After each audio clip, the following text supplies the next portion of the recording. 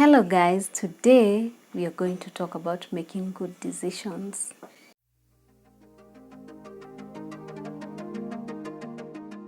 Hi, how are you doing? Like really, how are you really doing? I hope you're doing well. My name is Millie and I am so happy to have you on my channel, and I hope that today's topic will help you gain something new. So today we are going to talk about tips and tricks to make good decisions. Have you ever been in a situation where you are facing a dilemma and you are unable to make a choice about which decision is good for you, which one is bad for you, which one to avoid? I know I have so many times, and it's so difficult. Sometimes when I have a big decision looming over my head, I can't eat, I can't sleep, everything seems so meaningless. It's so difficult, But once I make the decision, everything seems back to normal. Everything gets back to normal.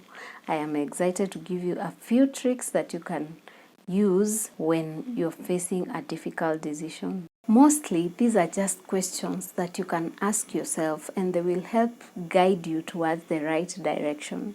So, question number one. This is a good one, and I know it will help so many of you. I usually ask myself, what would 50-year-old me tell me about this?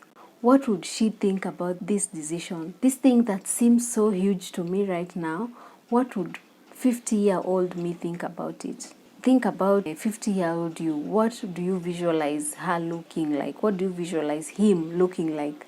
What would he be doing? Which life path will he have followed? So you have to think about it.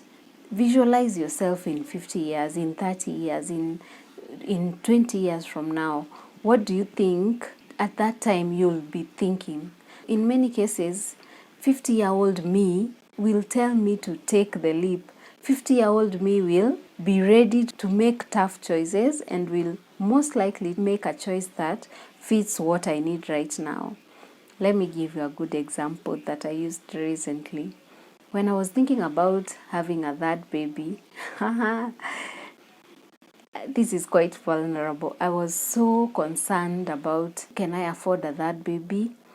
Can my heart take on another child, love another child, the way I loved the first two? It was a really nerve-wracking decision. I thought about it for so long, for years even.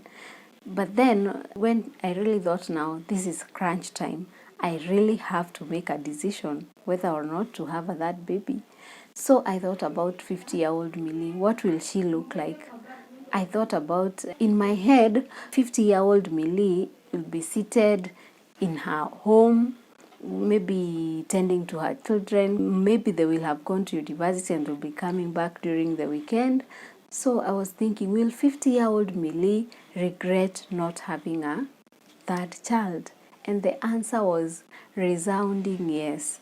So I knew immediately, I'm just basing my indecisiveness on fear, and I just have to make the decision. Always consider that when you're making a tough decision. Question number two that I usually ask myself when faced with a tough decision is, what emotions do the options available evoke? What feelings do I get when I think about taking option A? What feelings do I get when I think about taking option B? Do I feel fear? Do I feel excitement? Mostly, if it is excitement and a little bit of fear, then that is the best option to take. If mostly it is just fear, plain fear, you feel nervous, you feel like you have butterflies, bad butterflies, you can't imagine yourself living in that way, mostly that's not the right path for you.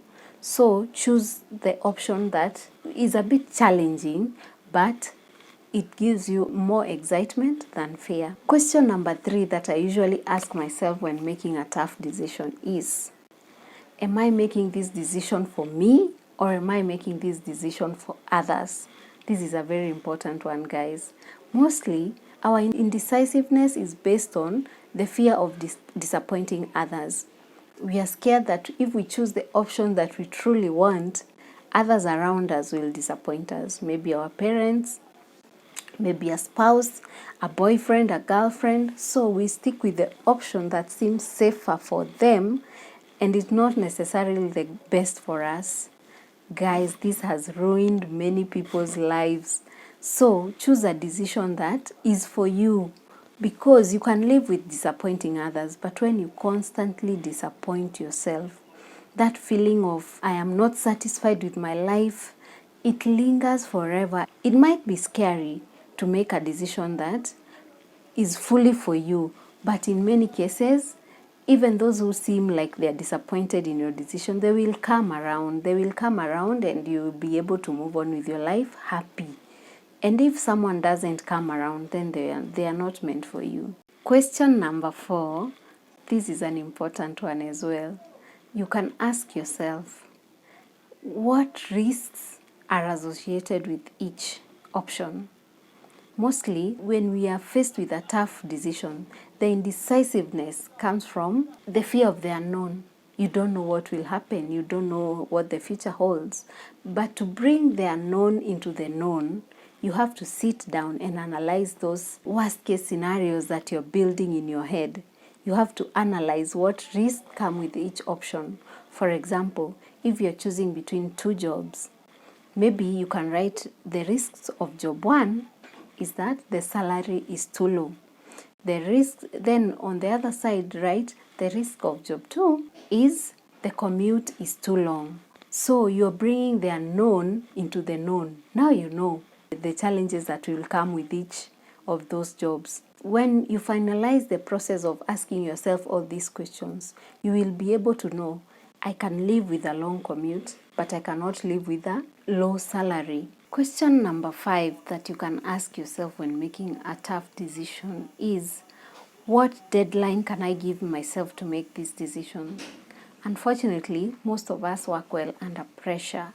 When you set a strict deadline for you to make a decision, you're more likely to be looking out for hints and ideas that can help you come up with a good conclusion on all the tough choices you have to make. So, give yourself a reasonable deadline. For example, I would say in the next 2 weeks, by Friday, this and this date, I will have made the decision on whether to pick job A or job B. In some cases, you're already given a strict deadline, so you are forced to make a choice.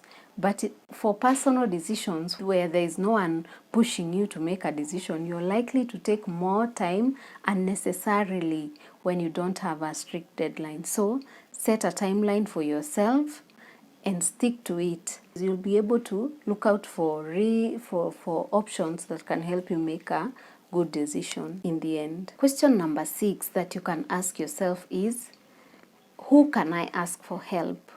Most times when we are facing tough choices, we are so self-absorbed, we are so ingrained in the challenge that we don't think about other people who can help us make a good decision. So I would say, call someone, call a friend, call a mentor, someone who can help you talk through that decision, talk through the options. They will shed some light you might not have seen when thinking about it all alone. Take the time to speak to someone, speak to your parents, speak to your siblings. They can help you go through the options and the challenges associated with each. But remember not to let other people's opinions weigh you down when making a decision.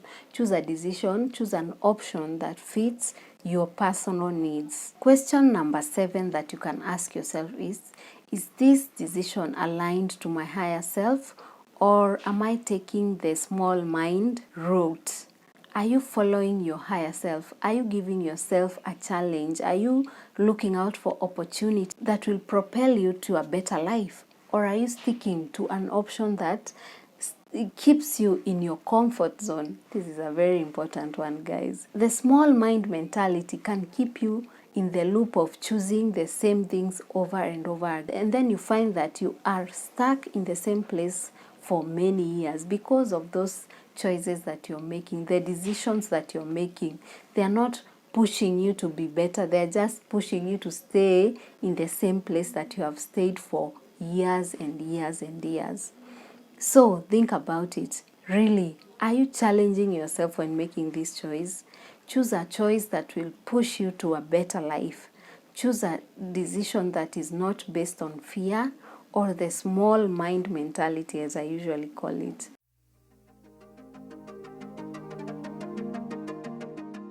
Well guys, that's it for today's video. Those tips and tricks can help you make a decision that is well suited to you, that is for you, and that is not for other people. A decision that will push you to your higher self. I hope you learned something new and that you'll apply it in your upcoming decision where whether you're facing tough choices in your personal life or in the workplace or whatever. I hope these tips and tricks can help you. I hope to see you in my next video. In the meantime, subscribe. Don't watch without subscribing. Click the red button down below. I hope our little community continues to grow and that we can support each other in this journey of personal development. Until next time, love and light. Bye.